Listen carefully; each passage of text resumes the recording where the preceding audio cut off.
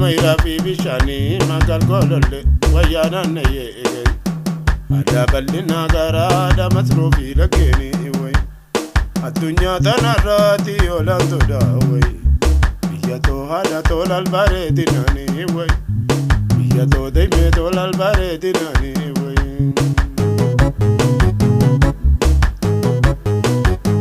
baredina kanke baran dufte zirraba jannati Africa, Asia, Europa, America, Australia.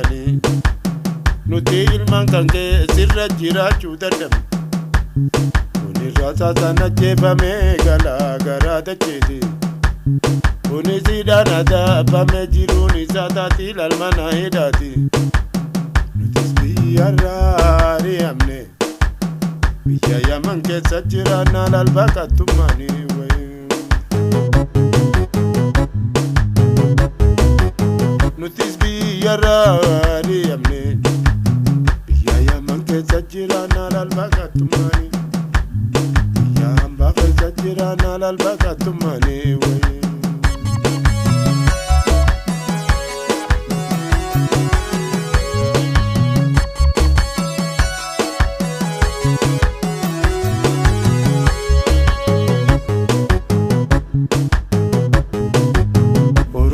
Ada mayra fi bishani magal golole wayana naye ada ballina gara ada masno fi lakeni way adunya tanarati yolantu da way yato ada tolal baredinani way yato dayme tolal baredinani way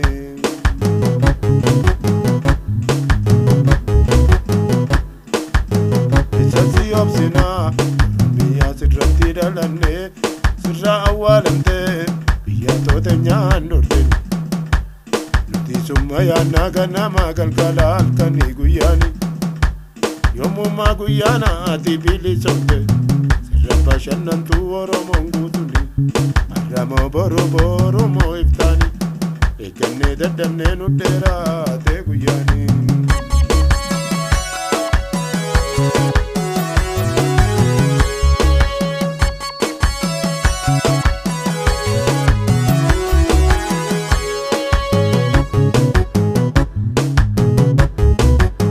Yata oromiya nadama tetana binzindufe risabiya yamana yaro tanani arraif nagabe arisa kanandarbeni oromiya nadaki yapura zinabidi yata nabasi arisa yata siya basu wainini idanin demtu alletu gambara hartu gaflani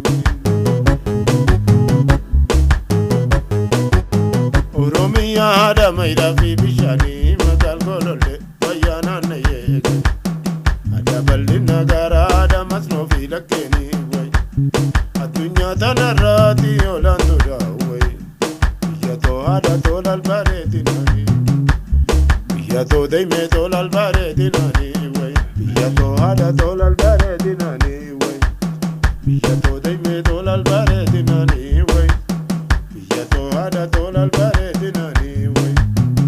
Yato ada tolal baredinani way.